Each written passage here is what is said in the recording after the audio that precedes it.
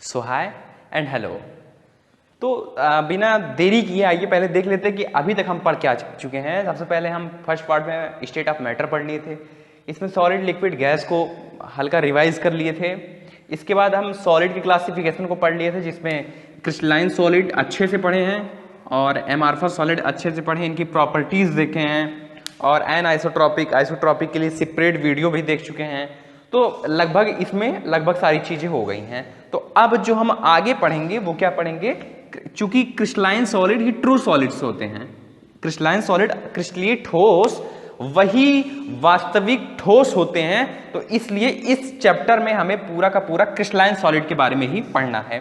तो इसके आगे हम क्या चालू करेंगे, क्लासिफिकेशन ऑफ क्रिस्टलाइन। तो आइए शुरू करते हैं क्लासिफिकेशन ऑफ क्रिस्टलाइन सॉलिड्स। तो on the basis of their intermolecular force, किसके बेस पे, इंटरमॉलिक्यूलर फोर्स। तो इंटरमॉलिक्यूलर फोर्स के बेस पे जो क्रिस्टलाइन सॉलिड होता है, इसको चार भागों में, चार पार्ट्स में क्लासिफाई किया गया है। अपना पहला क्या है, आयनिक सॉलिड। क्या होता है, आयनिक सॉलिड, या इसको आयनिक ठोस भी कहते हैं। क्या कहते हैं, आयनिक सॉलिड या आयनिक ठोस कहते हैं। दूसरा है हमारा मेटालिक सॉलिड। मेटालिक सॉलिड ये क्या होता है, धात्विक ठोस, धात्विक ठोस होता है। और नेक्स्ट हमारा है कोवैलेंट सॉलिड, कोवैलेंट सॉलिड, और इसको एक नाम से और जानते हैं, वो क्या है हमारा, नेटवर्क सॉलिड। नेटवर्क सॉलिड, इसको क्या कहते हैं, सहसंयोजी ठोस, सहसंयोजी ठोस। और नेक्स्ट है हमारा, वो है मॉलिक्यूलर सॉलिड, सॉलिड आणविक ठोस। क्या है, आणविक ठोस। तो ऑन द बेसिस ऑफ दियर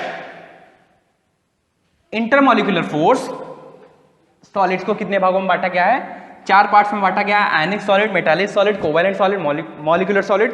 तो सबसे पहले हम क्या पढ़ लेते हैं, अपने आयनिक सॉलिड के बारे में पढ़ लेते हैं। तो आयनिक सॉलिड के बारे में क्या पढ़ेंगे, इनके कंस्टिट्यूएंट पार्टिकल्स के बारे में जानेंगे कि कंस्टिट्यूएंट पार्टिकल, इनके अवयवी कण क्या होते हैं, इनके प्रॉपर्टीज के बारे में जानेंगे और बहुत फॉर्मेशन देखेंगे इनका। तो चलिए आइए हेडिंग डाल लीजिए सभी लोग साथ साथ। पहला क्या होगा, आयनिक सॉलिड। क्या आता है अपना, आयनिक सॉलिड, या क्या होगा, आयनिक ठोस, ठोस।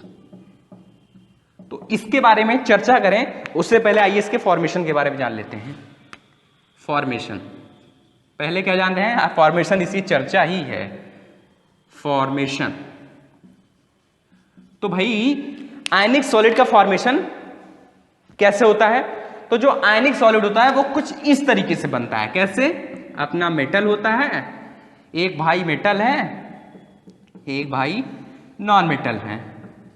ये दो लोग मिलके किसका निर्माण कर देते हैं, अपने आयनिक कंपाउंड का निर्माण कर देते हैं, आयनिक कंपाउंड का, कंपाउंड का निर्माण कर देते हैं। अब थोड़ा कहानी समझिए।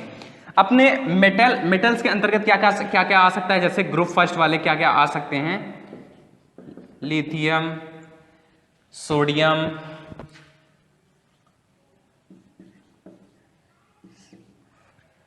तो ये अपने पोटेशियम होगा। और जैसे ग्रुप सेकंड में अपने क्या क्या आ सकते हैं, पी मैग का सर, तो ये सब अपने मेटल्स के अंतर्गत आ सकते हैं। तो देखिए आप थोड़ा कहानी यहीं से समझना है, ये थोड़ा एग्जांपल बता दिए, थोड़ा रिवाइज करा दिए थे, यहीं से कहानी समझना है। जो मेटल अपना भाई होता है, ये जो मेटल भाई होते हैं, ये क्या काम करते हैं, ये हमेशा हमेशा आप लोग जानते हैं इलेक्ट्रॉन को डोनेट कर देते हैं। क्या करते हैं, इट डोनेट्स इलेक्ट्रॉन्स, और इलेक्ट्रॉन का डोनेट करके ये क्या बना देते हैं, पॉजिटिव आयंस बना लेते हैं। और ये जो नॉन मेटल्स होता है, ये हमेशा हमेशा इलेक्ट्रॉन को एक्सेप्ट करते हैं, एक्सेप्ट करके क्या बना देते हैं, अपने निगेटिव आयंस बना देते हैं। कैटायंस, तो निगेटिव आयंस बना देते हैं। तो होता है क्या कि ये जो पॉजिटिव आयंस हैं और निगेटिव आयंस हैं, इनके बीच एक अट्रैक्शन फोर्स वर्क करता है। क्या वर्क करता है? एक अट्रैक्शन फोर्स वर्क करता है, और वो अट्रैक्शन फोर्स और कुछ नहीं, अपना इलेक्ट्रोस्टैटिक फोर्स होता है। क्या होता है? इलेक्ट्रोस्टैटिक फोर्स होता है।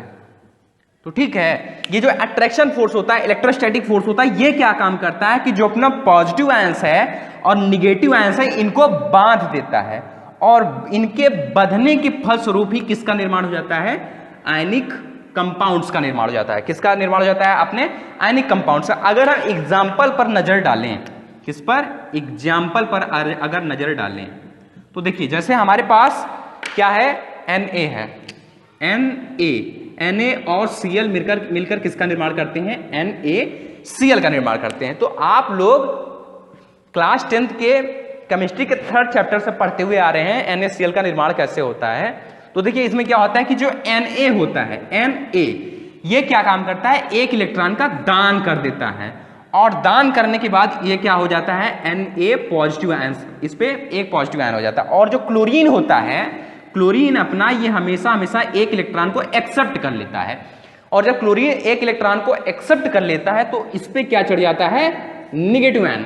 तो अब क्या होता है कि अब देखो, पॉजिटिव आयंस हो गया, निगेटिव आयंस हो गया, हम क्या बताते हैं? इनके बीच अट्रैक्शन फोर्स यानी इलेक्ट्रोस्टैटिक फोर्स लगने लगता है, और ये इलेक्ट्रोस्टैटिक फोर्स क्या काम करता है? जो अपना पॉजिटिव आयंस है, जो अपना निगेटिव आयंस है, इन दोनों को बाउंड कर देता है, और इन दोनों के बाउंड करने से जो कंपाउंड बनता है वही अपना क्या होता है? Ionic compound. तो देखिए, यहां पे Na पे पॉजिटिव आयंस हो गए हैं और क्लोरीन पे निगेटिव आयंस हो गए हैं। ये दोनों आयंस इलेक्ट्रोस्टैटिक फोर्स के बाउंडेशन के कारण किसमें परिवर्तित हो जा रहे हैं? NaCl, सोडियम क्लोराइड में परिवर्तित हो जा रहे हैं, जो कि क्या है? अपना आयनिक सॉलिड है। तो अगर एक लाइन में लिखना हो, अब देखिए क्या क्या एग्जाम्पल तो समझ गए होगे ना। अगर एक लाइन में लिखना हो, अब यहां से खुद से सोचो कि इसके कंस्टिट्यूएंट पार्टिकल्स क्या क्या हो सकते हैं, अवयवी कण क्या क्या हो सकते हैं। तो देखो, पॉजिटिव आयन और निगेटिव आयन ये दोनों बाउंड होके बना रहे थे आयनिक कंपाउंड। मतलब क्या क्या मिलके आयनिक कंपाउंड बना रहा है? वही तो अवयवी कण होता है। तो एनायंस और कैटायंस ये दोनों मिलके आयनिक कंपाउंड बना रहे हैं। तो इसके किसके? आयनिक कंपाउंड के, आयनिक कंपाउंड के कंस्टिट्यूएंट पार्टिकल्स क्या क्या होते हैं? कि कंस्टिट्यूएंट पार्टिकल्स क्या क्या होते हैं? एनायंस एंड कैटायंस, या हमारे अपने हिंदी मीडियम वाले धनायन और ऋणायन।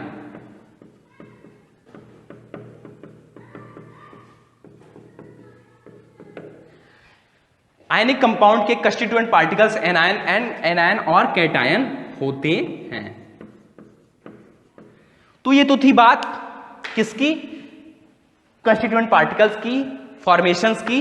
तो आइए अब देख लेते हैं कि इनकी प्रॉपर्टीज क्या क्या होती हैं, किसके आयनिक कंपाउंड्स की प्रॉपर्टीज के बारे में कुछ चर्चा कर लेते हैं, और इसके बाद हम आगे बढ़ते हैं। चलिए, तो फटाफट इसके फिजिकल नेचर की चर्चा कर लेते हैं। अब physical nature properties of ionic solid के बारे में चर्चा कर लेते हैं कि जो हमारा आयनिक ठोस होता है इसके गुण क्या क्या होता है। तो सबसे पहली जो फिजिकल जो हमारा इसका प्रॉपर्टी है वो क्या है? अपना फिजिकल नेचर, भौतिक प्रकृति क्या होती है कि ये हार्ड होते हैं और ब्रिटल होते हैं, मतलब दृढ़ होते हैं, भंगुर होते हैं। कठोर वर्ड नहीं यूज कर रहे हैं, क्या होते हैं? दृढ़ होते हैं और भंगुर होते हैं। और इसका मेल्टिंग पॉइंट और बॉइलिंग पॉइंट जो होता है, गलनांक तथा क्वथनांक, ये हमेशा हमेशा हाई क्यों होता है? अब हाई क्यों होता है? क्योंकि देखिए, अभी हम आपको क्या बताए थे, इनकी आयनों के बीच एक अट्रैक्शन फोर्स वर्क करता है, जो कि क्या होता है? अपना कोलम्बियन फोर्स या इलेक्ट्रोस्टैटिक फोर्स होता है, स्टैटिक फोर्स होता है। तो ये जो फोर्स होता है इनके आयनों के बीच बड़ा हाई होता है, इलेक्ट्रोस्टैटिक फोर्स बड़ा हाई होता है। बस इसी कारण से इनका जो क्वथनांक है, मेल्टिंग पॉइंट है और बॉइलिंग पॉइंट, ये बड़ा हाई होता है। थर्ड क्या है? सॉल्युबिलिटी, विलेयता। ये वाटर में सॉल्युबल होते हैं। देखिए, वाटर तो अपना ये क्या है? अपना यूनिवर्स होता है, यूनिवर्स, इसमें लगभग सब घुल जाते हैं। और देखिए, अब देखिए, ये सॉल्युबिलिटी होती है, ये आयनिक सॉलिड के केस में ये सॉल्युबल इन वाटर होता है, लेकिन जो ऑर्गेनिक सॉल्वेंट होते हैं इनमें ये घुलनशील नहीं होता है, जैसे CCl4, C6H6। अब बात आती है कि इसमें सॉल्युबल हो रहा है, इसमें सॉल्युबल नहीं हो रहा है, ये क्या चक्कर है? देखिए, जो सॉल्युबिलिटी होती है, सॉल्युबिलिटी होती है, देखिए हम बता दे रहे हैं, आप कॉपी में नोट कर लीजिएगा, हल्का हल्का अपने से नोट्स बनाते चलिए और बुक जरूर रीडिंग कीजिएगा। बिना बुक के कोई भी कॉन्सेप्ट क्लियर नहीं होगा। हम पढ़ाते रहे हैं, गाइड कर रहे हैं आपको, आप बुक जरूर रीडिंग कीजिएगा। देखिए, जो सॉल्युबिलिटी होती है, ठीक, ये जो सॉल्युबिलिटी होती है ये हमेशा हमेशा डिपेंड किस पे करती है?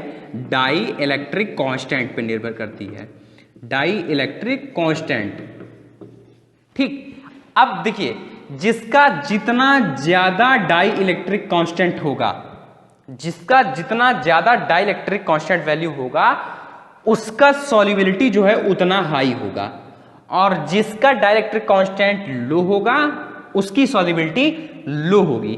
तो जो वाटर होता है उसका डाई इलेक्ट्रिक कांस्टेंट ऑलमोस्ट 80 होता है, ठीक, 80 होता है, ज्यादा है।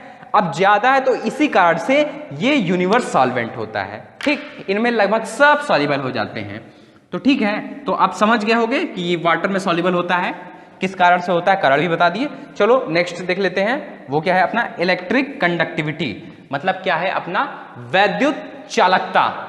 अब वैद्युत चालकता के बारे में क्या कह सकते हो कि ये जलीय विलयन एक्वस सॉल्यूशन या और गलित अवस्था मॉल्टन स्टेट, इन दोनों अवस्था में कंडक्टर होते हैं, विद्युत के चालक होते हैं, ठीक है, और अन्य में कुचालक होते हैं। तो ठीक है, ये कुछ था हमारा प्रॉपर्टीज ऑफ आयनिक सॉलिड। चलिए अब हम सेकेंड पढ़ते हैं, क्या पढ़ते हैं? सेकेंड जो है हमारा मेटालिक सॉलिड। क्या है? मेटालिक सॉलिड, या इसको क्या कहते हैं? धात्विक ठोस कहते हैं, धात्विक ठोस। इसमें क्या मामला होता है भाई?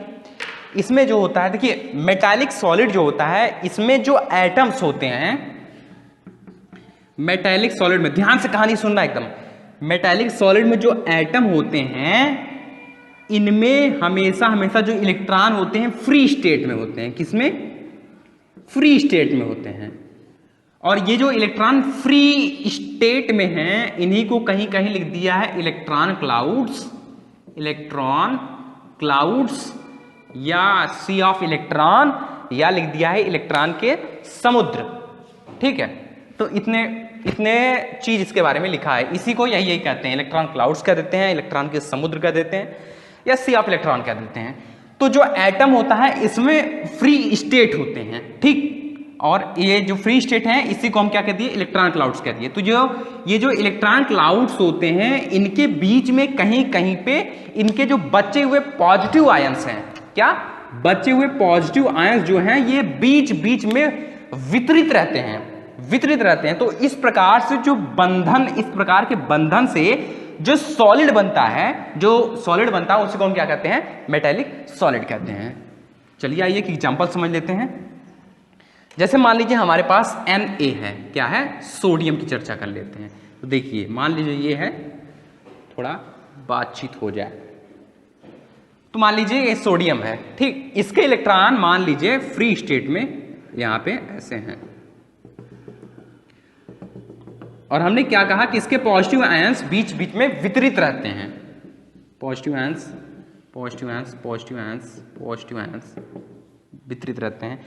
ये जो पॉजिटिव आयंस है ना इन्हीं को हम कर्नल कहते हैं। क्या कहते हैं? ये जो पॉजिटिव आयंस वितरित हैं इन्हीं को हम कर्नल कहते हैं। क्या कहते हैं? कर्नल कहते हैं। मतलब ये जो हुआ अपना Na ऐसे होता है ना, Na क्या काम करता है? Na पॉजिटिव होता है ना, एक इलेक्ट्रॉन दान करके, इलेक्ट्रॉन दान करके इस पे पॉजिटिव आयंस चढ़ जाता है। तो ये जो पॉजिटिव आयंस है ये क्या है? अपना कर्नेल वाला भाग है।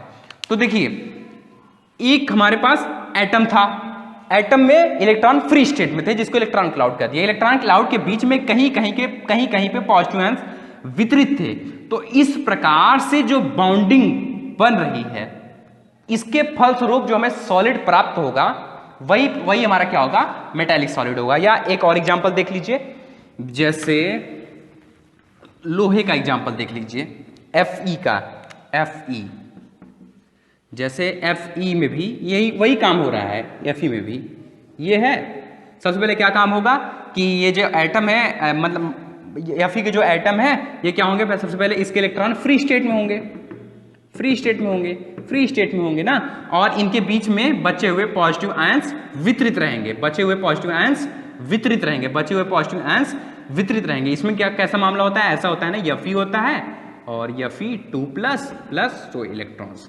तो इसमें हो क्या रहा है, एक एटम है उसके फ्री इलेक्ट्रॉन को इलेक्ट्रॉन या इलेक्ट्रॉन क्लाउड्स के बीच में इसके पॉजिटिव आयंस वितरित हैं। तो इस प्रकार की बॉन्डिंग से जो हमारा सॉलिड प्राप्त हमको हो रहा है वही क्या होगा, अपना मेटालिक सॉलिड होगा। तो उम्मीद है समझ में आ गया होगा। आइए इसकी डिफिनेशन लिख लेते हैं, फिर इसकी प्रॉपर्टी के बारे में चर्चा करेंगे। अब डिफिनेशन क्या हो सकती है कि धातुओं के इलेक्ट्रॉन के समुद्र में क्या हो सकता है, धातुओं के इलेक्ट्रॉन के समुद्र में उनके धनायन वितरित रहते हैं। धातुओं के इलेक्ट्रॉन के समुद्र में, इलेक्ट्रॉन के समुद्र में इनके धनायन वितरित होते हैं, धनायन वितरित रहते हैं।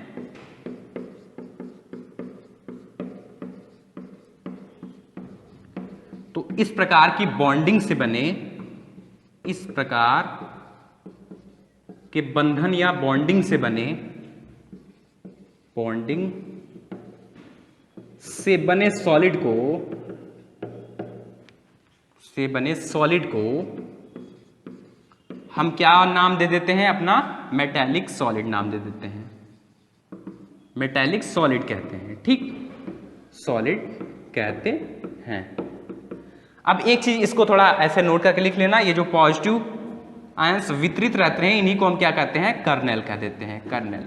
इसके कुछ एग्जांपल जो मेटल होते हैं, अब आप मेटल तो इतने सारे मेटल तो जानते हो, कोई सा भी लिख दो, जैसे अपने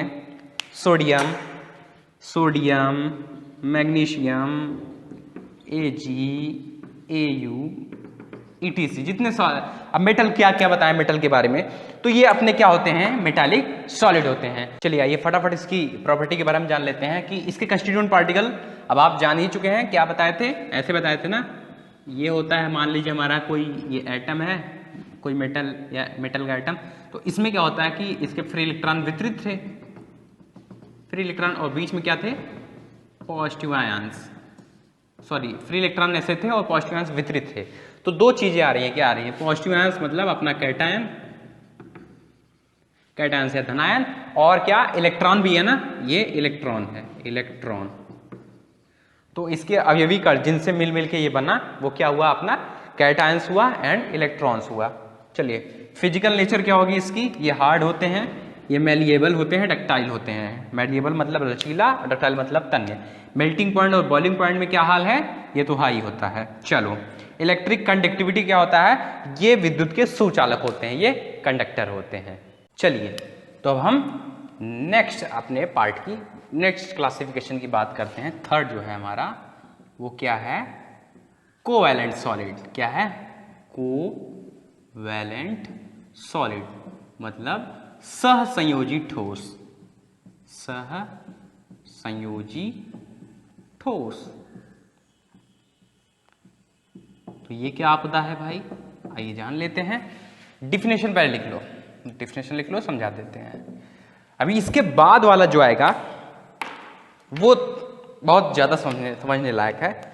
आइए इसकी डिफिनेशन लिख लेते हैं, क्या कि वे क्रिस्टलाइन सॉलिड जिनके अवयवी कण, क्या, वे क्रिस्टलाइन सॉलिड, क्रिस्टलाइन सॉलिड जिनके अवयवी कण, जिनके अवयवी कण, अवयवी कण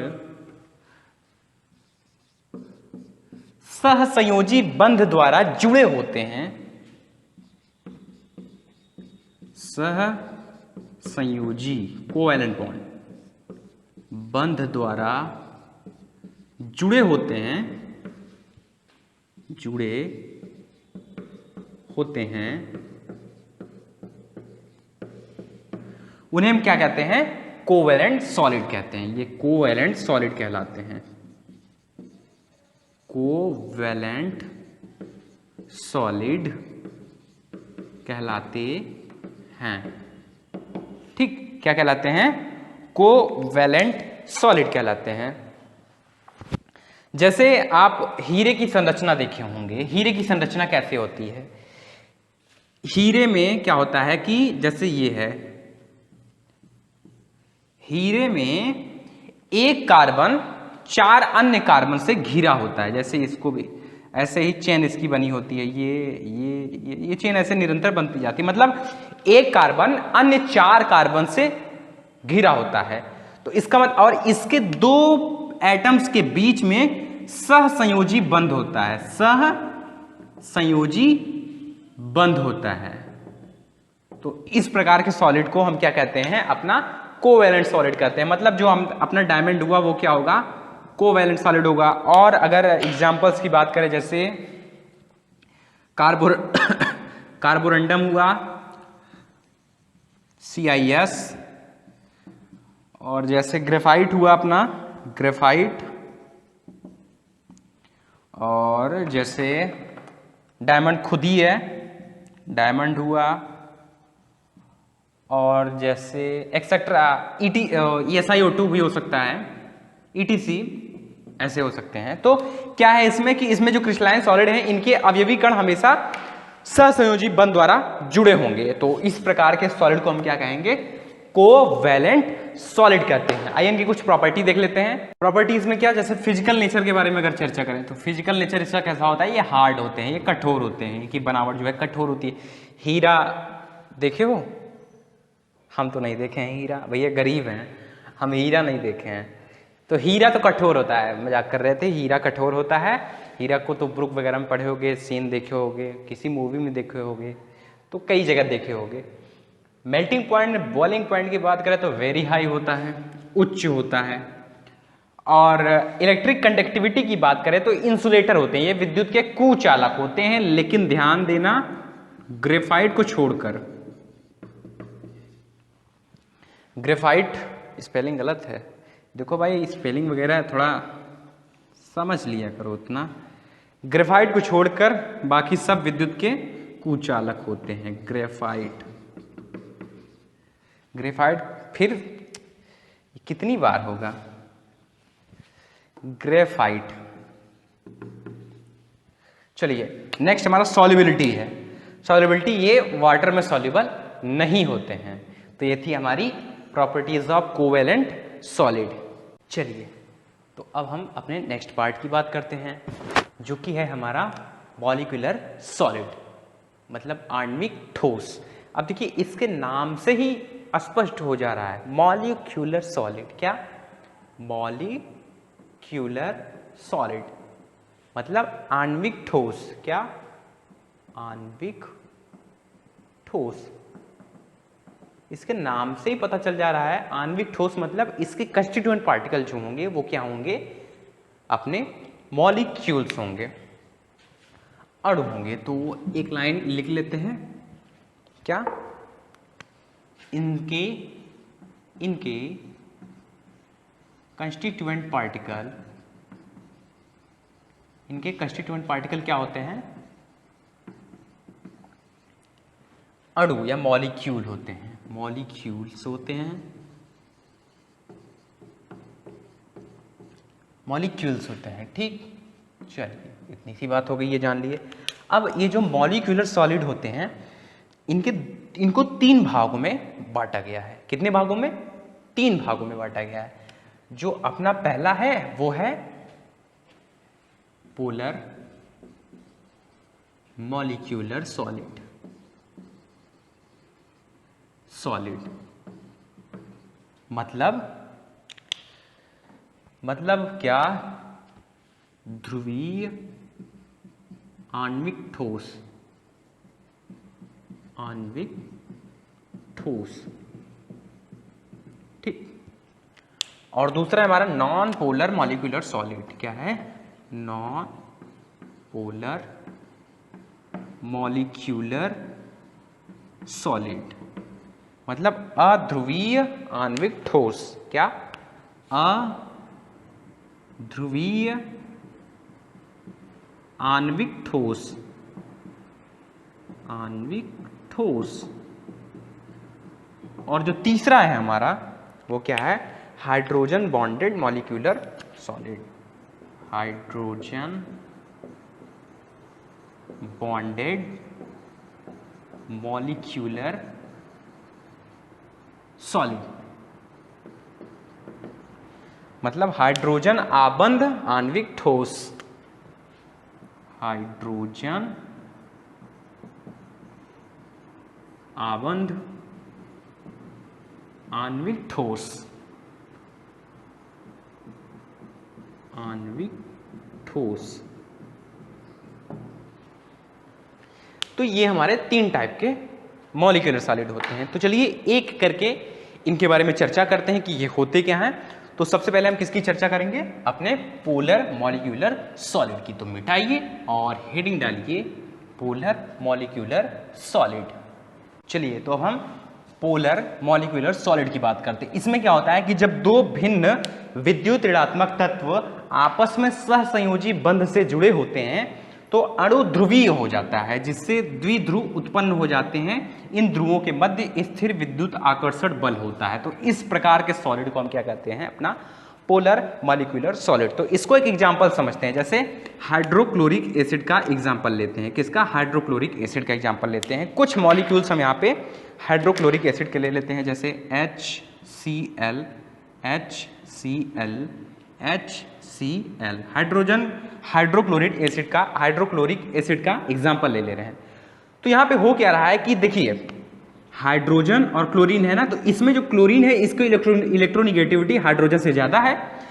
अब और ये आप ये भी जानते हैं कि जो हाइड्रोजन और क्लोरीन होता है, हाइड्रोजन क्लोरीन होता है, इनके मध्य जो है कोवैलेंट बॉन्ड होता है, सहसंयोजी बंध होता है। तो होता है क्या कि आप जानते हैं कि हाइड्रोजन जो होता है ये एक इलेक्ट्रॉन का डोनेशन कर देता है, और जो क्लोरीन होता है ये उस इलेक्ट्रॉन को एक्सेप्ट कर लेता है। तो मतलब शेयरिंग हो जाती है, इलेक्ट्रॉन की शेयरिंग हो जाती है। यहां भी वही हाल होता है, यहां भी वही हाल होता है, यहां भी वही हाल होता है, यहां भी वही हाल होता है। मतलब इलेक्ट्रॉन की शेयरिंग हो जा रही है। अब जब इलेक्ट्रॉन की शेयरिंग हुई तो हाइड्रोजन के ऊपर पार्शियल पॉजिटिव चार्ज आ गया, क्लोरीन के ऊपर पार्शियल नेगेटिव चार्ज आ गया। हाइड्रोजन के ऊपर पार्शियल पॉजिटिव चार्ज आ गया, क्लोरीन के ऊपर पार्शियल नेगेटिव चार्ज आ गया। हाइड्रोजन के ऊपर पार्शियल पॉजिटिव चार्ज आ गया, क्लोरीन के ऊपर पार्शियल नेगेटिव चार्ज आ गया। पूरी तरीके का चार्ज नहीं है, पूरी तरीके का चार्ज नहीं है, नहीं तो आयनिक वाला मत समझ लेना, NaCl वाला है, इसको ध्यान रखना। NaCl जो था, NaCl आयनिक सॉलिड में, वहां पे क्या था? यहाँ फुल चार्ज था, Na के ऊपर फुल चार्ज था, यहाँ पे हाइड्रोजन के ऊपर पार्शियल चार्ज है। ध्यान देना, नहीं तो पोलर मॉलिक्यूलर सॉलिड में और उसमें कंफ्यूजन हो जाओगे। जब आयनिक सॉलिड हम पढ़ रहे थे वहां पे सोडियम के ऊपर फुल चार्ज था और क्लोरीन के ऊपर भी फुल चार्ज था, लेकिन यहाँ पे क्या हो रहा है? पार्शियल चार्ज हो जा रहे हैं। हाइड्रोजन के ऊपर पार्शियल चार्ज और क्लोरीन के ऊपर पार्शियल नेगेटिव चार्ज। अब क्या हो रहा है कि ये जो पार्शियल नेगेटिव वाला है और पार्शियल पॉजिटिव वाला है, ये एक दूसरे को अट्रैक्ट करते हैं। तो होता है क्या कि इसके नेगेटिव से इसका नेगेटिव उसके पॉजिटिव से बॉन्ड हो जाता है, इसका नेगेटिव उसके पॉजिटिव से बॉन्ड हो जाता है। तो इसके कारण ध्रुवों का निर्माण होता है, पोलर्स क्रिएट हो जाते हैं, और ये इन्हीं पोलर्स के द्वारा बाउंड हो जाते हैं। क्या हो जाते हैं? बाउंड हो जाते हैं, और ये सततता निरंतर चलती रहती है। तो इस प्रकार से जो बाउंडेशन हो रहा है, इसके फलस्वरूप जो सॉलिड बनता है उसी सॉलिड को हम क्या कहते हैं? Polar molecular solid. तो एक बार मैच कर लो डिफिनेशन से, क्या हो रहा था? दो भिन्न विद्युत ऋणात्मक तत्व, देखो हाइड्रोजन और क्लोरीन ये आपस में भिन्न विद्युत ऋणात्मक तत्व हैं, आपस में सहसंयोजी बंध से जुड़े होते हैं। हाइड्रोजन और क्लोरीन में शेयरिंग, इलेक्ट्रॉन्स की शेयरिंग होती है, जिससे ये कोवैलेंट बॉन्ड से जुड़े होते हैं। तो अणु ध्रुवीय हो जाता है। देखो पोल्स जब पॉजिटिव और निगेटिव आयन हो गए, partial positive partial negative ion हो गए, तो इनके बीच एक प्रकार का पोल क्रिएट हो गया। क्रिएट होने के बाद क्या हुआ? अब इन ध्रुवों के मध्य स्थिर विद्युत आकर्षण बल हो गया। अब ये जिस बल से जुड़ गए हैं, वैसे तो डाइपोल फोर्स होगा, ये dp फोर्स होगा, डाइपोल डाइपोल फोर्स होता है, लेकिन यहाँ पे आकर्षण बल नाम दे दिए, लेकिन ये अट्रैक्शन फोर्स कौन सा होता है, डाइपोल डाइपोल फोर्स होता है। तो इस प्रकार से ये जुड़े हैं। तो इस प्रकार के सॉलिड को हम क्या कहते हैं, पोलर मॉलिक्यूलर सॉलिड। इसके कुछ एग्जांपल्स जैसे अगर एग्जांपल्स हम लिखने चाहें तो अपना क्या हो जाएगा, जैसे ये वाला हम पढ़ रहे हैं तो ये सॉलिड HCl हो जाएगा, सॉलिड HCl, सॉलिड HCl। वैसे तो रूम टेम्परेचर पे हाइड्रोक्लोरिक गैस होता है, लेकिन यहाँ पे हम सॉलिड के अंतर्गत पढ़ रहे हैं तो यहाँ पे हमको सॉलिड HCl ही यूज करना पड़ेगा, सॉलिड HCl। और जैसे NH3 एक्सेट्रा एक्सेट्रा एक्सेट्रा। तो ये था हमारा पोलर मॉलिक्यूलर सॉलिड। चलिए अब हम सेकंड की बात करते हैं। सेकंड हमारा क्या है, नॉन पोलर मॉलिक्यूलर सॉलिड। इसमें क्या होता है, इसमें समान तत्वों वाले अणुओं में ध्रुवण नहीं होता है। क्या होता है, समान तत्व, जैसे H2 होता है, सॉलिड H2 समान तत्व है ना, H समान तत्व है ना, I2 होता है, I तो समान तत्व हो रहे हैं ना, समान Br2 होता है, तो ये सब समान तत्व हो रहे हैं ना। तो इस प्रकार के तत्वों की यह मॉलिक्यूल्स की बात हो रही है। तो हो रहा है क्या, देखिए क्या हो रहा है कि समान तत्वों वाले अणुओं में ध्रुवण नहीं होता है, तब क्या होता है, इसके अणु एक दूसरे से दुर्बल, ये थोड़ा ध्यान देना, दुर्बल वांडर वाल बल या इसको लंदन फोर्स के नाम से भी जानते हैं, इसके द्वारा आकर्षित रहते हैं। लंदन फोर्स आप क्लास 11th में चैप्टर 5 में पढ़ चुके होंगे, चैप्टर 5 में क्लास 11 में पढ़ चुके होंगे। तो उम्मीद है कि याद होगा, वांडरवाल फोर्स अच्छे से मन लगा के क्लास 11 में पढ़े होंगे। वांडरवाल फोर्स लंदन फोर्स से आकर्षित रहते हैं। तो देखो नहीं भी याद होगा तो याद दिला दे रहे हैं कुछ वांडरवाल फोर्स के बारे में एग्जाम्पल। सबसे पहली बात, जो अपना वांडरवाल फोर्स होता है, क्या वांडरवाल फोर्स होता है, ये एक चीज जानते हो क्या, ये गैसों के मध्य लगता है ना, गैसों के मध्य लगता है। तो अब बोलोगे कि यहाँ पे तो सॉलिड की बात कर रहे हैं, सॉलिड की बात कर रहे हैं, तो जी हाँ, यहाँ पे गैस को लेके नहीं चलेंगे, उसी गैस को सॉलिड के फॉर्म में बात करेंगे, ठीक है, लेकिन वहाँ पे वांडरवाल फोर्स जरूर लगेगा। तो देखो जैसे एग्जांपल हम ले लेते हैं अपने H2 की मॉलिक्यूल ले लेते हैं, H2 की मॉलिक्यूल ले लेते हैं, H2 की मॉलिक्यूल ले लेते हैं। बोला क्या है कि समान तत्वों वालों के बीच में ध्रुवण नहीं हो पाता है, तो इससे तब ये कैसे जुड़े होते हैं, ये वांडरवाल फोर्स से अट्रैक्ट होता है। देखो वांडरवाल फोर्स है क्या, देखो जैसे हम मॉलिक्यूल ले लिए H2 का हाइड्रोजन मॉलिक्यूल ले लिए, तो होता है क्या, ये आपस में कैसे जुड़े होते हैं, H ऐसे, ये कैसे जुड़े होते हैं आपस में, H ऐसे, ये कैसे जुड़े होते हैं, H ऐसे। तो देखिए ये वाला हाइड्रोजन जो है और ये वाला हाइड्रोजन जो है, ये आपस में जो अट्रैक्शन, इनके आपस में जो अट्रैक्शन हो रही है, जो अट्रैक्शन फोर्स लग रहा है, क्या अट्रैक्शन फोर्स जो लग रहा है, इसी अट्रैक्शन फोर्स को हम क्या कहते हैं, अपना वांडरवाल फोर्स कहते हैं। क्या होता है, क्या कहते हैं, वांडरवाल फोर्स कहते हैं। लेकिन यहाँ पे जो अट्रैक्शन है वो थोड़ा बहुत है, तो इसीलिए देखो यहाँ लिख दिया दुर्बल वांडरवाल बल, थोड़ा अट्रैक्शन फोर्स है ना, तो इसलिए यहाँ पे लिख दिया दुर्बल वांडरवाल बल। तो इसके कुछ एग्जांपल्स लिख लो, एग्जांपल्स जैसे सॉलिड H2, सॉलिड I2 हो गया, और solid Br2, etcetera etcetera etcetera लिख लो। तो ये क्या था हमारा नॉन पोलर मॉलिक्यूलर सॉलिड। चलिए तो अब हम थर्ड पार्ट की बात करते हैं। वो क्या है हमारा, थर्ड है हमारा मॉलिक्यूलर। देखिए मॉलिक्यूलर में थर्ड क्या है हमारा, हाइड्रोजन बॉन्ड मॉलिक्यूलर सॉलिड, वो समझ लीजिएगा, हाइड्रोजन बॉन्ड मॉलिक्यूलर सॉलिड। इसमें क्या होता है, ऐसे ठोस जिनके अणु के मध्य हाइड्रोजन बॉन्डिंग होती है, क्या ऐसे ठोस जिनके अणु के मध्य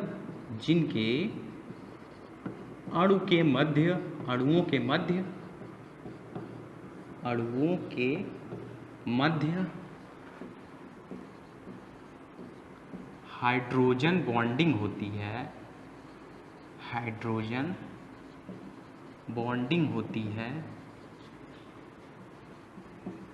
है, उन्हें क्या कहते हैं हम, उन्हीं को क्या कहते हैं, हाइड्रोजन बॉन्ड कहते हैं, हाइड्रोजन बॉन्ड मॉलिक्यूलर सॉलिड कहते हैं, मॉलिक्यूलर सॉलिड कहते हैं।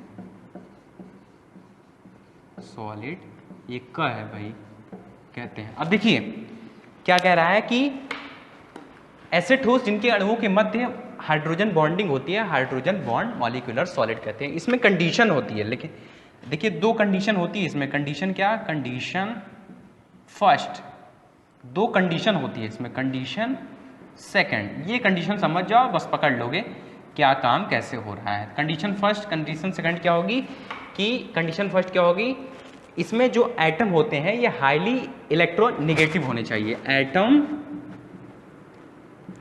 हाईली इलेक्ट्रोनेगेटिव होने चाहिए, इलेक्ट्रोनेगेटिव होने चाहिए, निगेटिव हो। अब हाईली इलेक्ट्रोनेगेटिव क्या क्या हो सकता है, जैसे हाईली इलेक्ट्रोनेगेटिव में अपना फ्लोरीन आ सकता है, नाइट्रोजन आ सकता है, ऑक्सीजन आ सकता है। फ्लोरीन आ सकता है, नाइट्रोजन आ सकता है, ऑक्सीजन आ सकता है। इनके अलावा और कोई नहीं आएगा, ध्यान रख लो। फ्लोरीन आ सकता है, नाइट्रोजन आ सकता है, ऑक्सीजन आ सकता है, इनके अलावा कोई नहीं आएगा, याद रखना। और हमारा जो कंडीशन सेकंड है वो क्या है कि हाइड्रोजन जरूर कनेक्ट हो, हाइड्रोजन कनेक्ट हो, तभी तो हाइड्रोजन बॉन्डिंग, नाम से ही स्पष्ट हो रहा है कि हाइड्रोजन कनेक्ट होना चाहिए। हाइड्रोजन कनेक्टेड हो, कनेक्टेड होना चाहिए। चलिए डिफिनेशन लिख लिए होगे तो कुछ एग्जांपल से समझ लेते हैं। इसको लिख लेना, फिर एग्जांपल से समझ लेते हैं, ठीक। जैसे अब हाइड्रोजन बॉन्ड समझ ले, हाइड्रोजन बॉन्ड क्या होगा। तो देखो जैसे हमारे पास एग्जाम्पल, मान लो हम HF का एग्जाम्पल ले रहे हैं। किसका? HF का। इसका एग्जाम्पल ले लेते हैं। इसमें क्या होगा, देखो रेड मार्कर से मान लो HF यहाँ पे है ना, तो H प्लस F निगेटिव होगा इनके बीच में, ठीक। मान लो H plus F negative, H plus F negative, ठीक। अब इनके बीच में इनका निगेटिव, इनका पॉजिटिव, इनके बीच में जो अट्रैक्शन फोर्स वर्क कर रहा है, क्या हो रहा है? अट्रैक्शन फोर्स वर्क कर रहा है, फोर्स वर्क कर रहा है। यही इसी को हम क्या कह रहे हैं? हाइड्रोजन बॉन्ड, हाइड्रोजन बॉन्ड कह दे रहे हैं, ठीक। ये पार्शियली पॉजिटिव पार्शियली निगेटिव है भाई, ध्यान देना, गलती बिल्कुल मत करना। हाइड्रोजन में यहाँ पे partial positive partial negative, partial positive partial negative, partial positive partial negative, तो इनके बीच में जो अट्रैक्शन फोर्स वर्क कर रहा है वो और कुछ नहीं, अपना हाइड्रोजन बॉन्ड ही है। तो इसलिए ये जो HF होगा ये क्या होगा?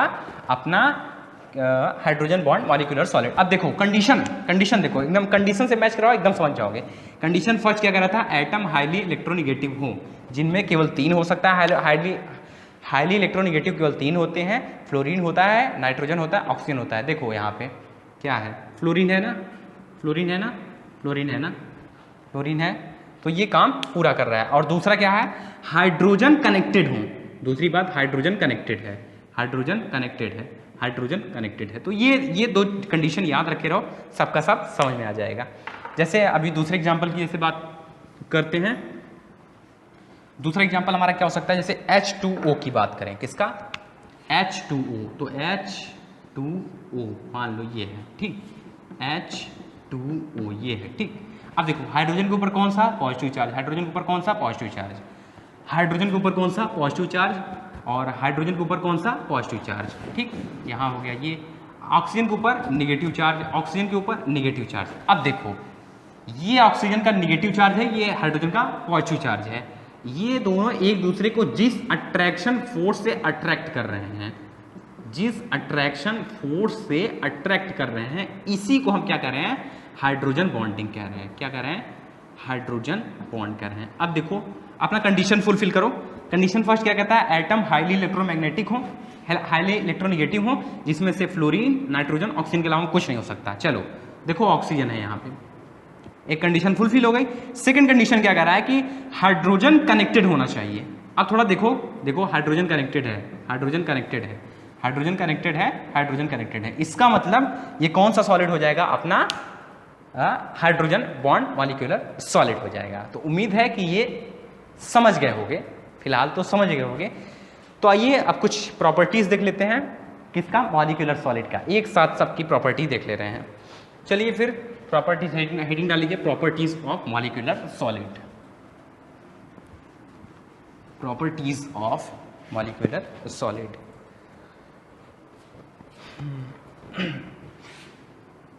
प्रॉपर्टीज ऑफ मॉलिक्यूलर सॉलिड, वही जो हर जगह बात कर रहे हैं, हर सॉलिड के बारे में जो बात किए हैं वही यहाँ भी करेंगे। जैसे इसमें पहला फिजिकल नेचर की बात करते हैं, किसका, फिजिकल नेचर की बात करें तो फिजिकल नेचर भाई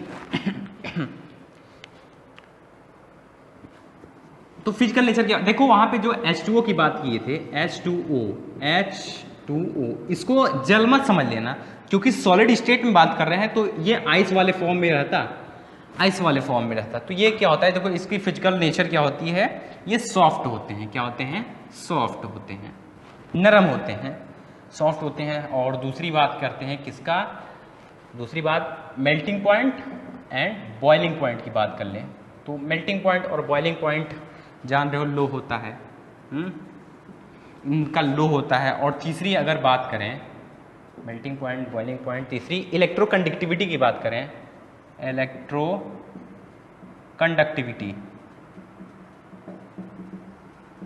इलेक्ट्रो कंडक्टिविटी में देखो ये इंसुलेटर होता है, कुचालक होता है, विद्युत का कुचालक होता है, इंसुलेटर मतलब विद्युत का कुचालक होता है। और लास्ट सॉल्युबिलिटी की अगर बात करें, किसकी, सॉल्युबिलिटी इन वाटर, वाटर में कितना घुलनशील है अगर बात करें तो इसमें तीन चीज है। तो पहला जो होता है अपना क्या होता है, polar molecular solid, molecular solid जो होता है ये क्या होता है, वाटर में सॉल्युबल होता है, क्या होता है, सॉल्युबल होता है, प्रॉपर्टीज बता रहे हैं। और दूसरा जो क्या होता है, non polar, non polar molecular solid होता है, ये सॉल्युबल नहीं होता है, इनसॉल्युबल होता है, वाटर में इनसॉल्युबल होता है, ठीक। और जो थर्ड होता है हमारा वो क्या होता है, हाइड्रोजन बॉन्ड, जो अभी अभी पढ़े हैं, हाइड्रोजन बॉन्ड मॉलिक्यूलर सॉलिड, ये क्या होता है, ये भी वाटर में सॉल्युबल होता है, ठीक, वाटर में सॉल्युबल होता है। तो ये था all about types of crystalline solid. उम्मीद है कि आज का लेक्चर बिल्कुल समझ में आया होगा। तो आज के लिए इतना ही करते हैं, तब तक के लिए बाय बाय।